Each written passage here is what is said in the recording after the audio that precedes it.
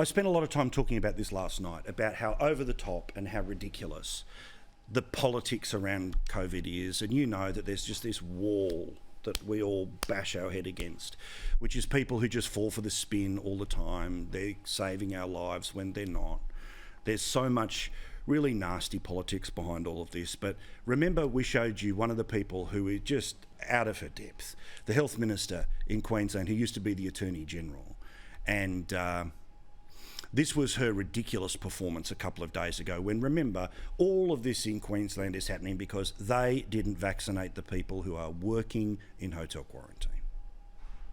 Inevitably, there'll be staff who are on leave, and this nurse at the PA actually had been on leave. There's always going to be those who are on leave, who are sick and for other reasons hadn't come forward and got vaccinated. The reality is we had to wait to work critical mass. The whole country isn't at critical mass yet. To say we could have done that 1-2 weeks ago would have meant we're putting our staff at risk. The protocol, as in all health workers in 1A being vaccinated who work with COVID patients, will come in tomorrow.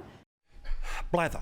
Blather, blather, blather, blather, blather. It was a horrific performance. It was one of the first times in the past 12 months of crazy when even the reporters who normally just are the stenographers of what the Queensland government have to say started to call BS on all of this. Well, miraculously, guess what happened today?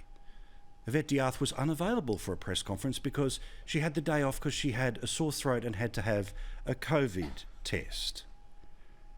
Seriously? This was the Queensland Premier explaining why the lady who had a shocker of a press conference yesterday wasn't doing a press conference today.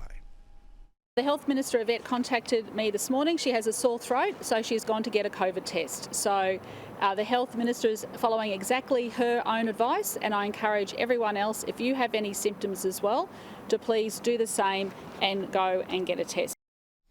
I have no doubt she probably did have a sore throat. I have no doubt that she's gone and got a COVID test. But geez, isn't it convenient that she had a shocker yesterday and she was replaced with the far better media performer. That is the former Health Minister, Dr. Stephen Miles, the clown who is now the Deputy Premier of Queensland, who tears up the deals that they have with the rest of the country. The doctorate, by the way, that he has is not a medical doctor. He's a doctor of political science, where his thesis was about unionism.